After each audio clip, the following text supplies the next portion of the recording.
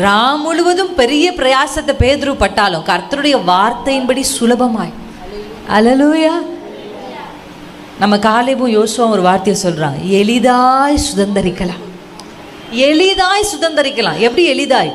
தேவனுடைய கற்பனைகளுக்கு கீழ்ப்படுகிறவர்களுக்கு எல்லாமே எளிதாய் கிடைக்கும். அல்லேலூயா.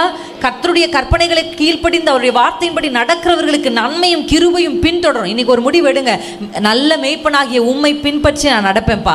நீங்க எந்த வழி காண்பிக்கிறீங்க அந்த வழியில் நடப்பேன். அந்த வழி மேடா இருந்தாலும் ஏறுகிறதற்கு சிரமமா இருந்தாலும் நான் உங்களுக்கு பின்தொடர்வேன். அந்த வழி ஒரு பாறை போல ஒரு இறங்குறதா இருந்தாலும் அது எனக்கு ஒரு பயத்தையும் நடுக்கத்தையும் உண்டு பண்ணாலும் நான் உங்களுக்கு பின்தொடர்வேன். அல்லேலூயா. அவர் மலைகளின் தேவன், அவர் பள்ளத்தாக்கின் தேவனும் கூட. அவர் மலைகளில் ஏறும்போது கடினமாக இருக்கும், ஆனால் ஏறுங்க, கர்த்தர் உங்களுக்கு அங்கே நன்மையை வச்சிருப்பார். பள்ளத்தாக்குகளை இறங்கும் போது பயமாக இருக்கும், ஆனால் இறங்குங்க, கர்த்தருக்கு பின்பாக நீங்கள் நடந்தால் அந்த பள்ளத்தாக்கையே நீரூற்றாய் மாற்றுகிற கர்த்தருடைய வல்லமை. ஹல்லேலூயா. ஆமென், ஆமென்.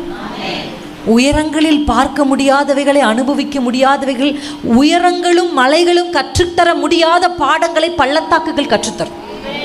ஏன் கர்த்தர் நம்மளை பள்ளத்தாக்கில் நடத்துறாரு? தேவனை அறியாதவர்கள் மலை மேலே இருக்கிறார்களே, நாங்கள் ஏன் பள்ளத்தாக்கில் நடக்கணும்? ஏன் எங்களுடைய வாழ்க்கையில் மட்டும் ஏற்றத்தாழ்வுகள் இருக்கு? ஏன்னா மலைகளில் சிலர் கற்றுக்கொள்ள முடியாதவைகளை பள்ளத்தாக்குகள் கற்றுத்தரும். அல்லேலூயா. பள்ளத்தாக்கு உங்களை உருவாக்கும், பள்ளத்தாக்கு உங்களை புடமிடும்.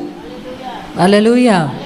அதனால எப்பவுமே கர்த்தருடைய ஒரு பள்ளத்தாக்கின் அனுபவத்தில் நீங்கள் போயிட்டு இருந்தால் கர்த்தருக்கு எப்பவுமே கை உயர்த்தி நன்றி சொல்லுங்க. அப்பா, இந்த பள்ளத்தாக்கில் ஏதோ ஒன்றை எனக்கு கற்றுக் கொடுக்க நீர் கொண்டு வந்திருக்கிறேன்.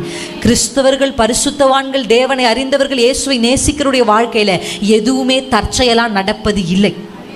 அல்லேலூயா. எது நடந்தாலும் அது என்னவா நடக்கும் சொல்லுங்க? நன்மைக்கு ஏதுவாதான் நடக்கும். அல்லேலூயா.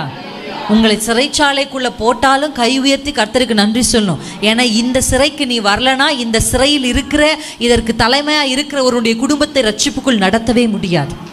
அல்லேலூயா. அல்லேலூயா.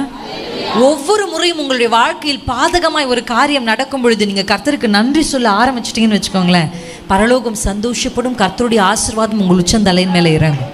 இதுதான் ஸ்ட்ராட்டஜி. அல்லேலூயா. ஆமென்.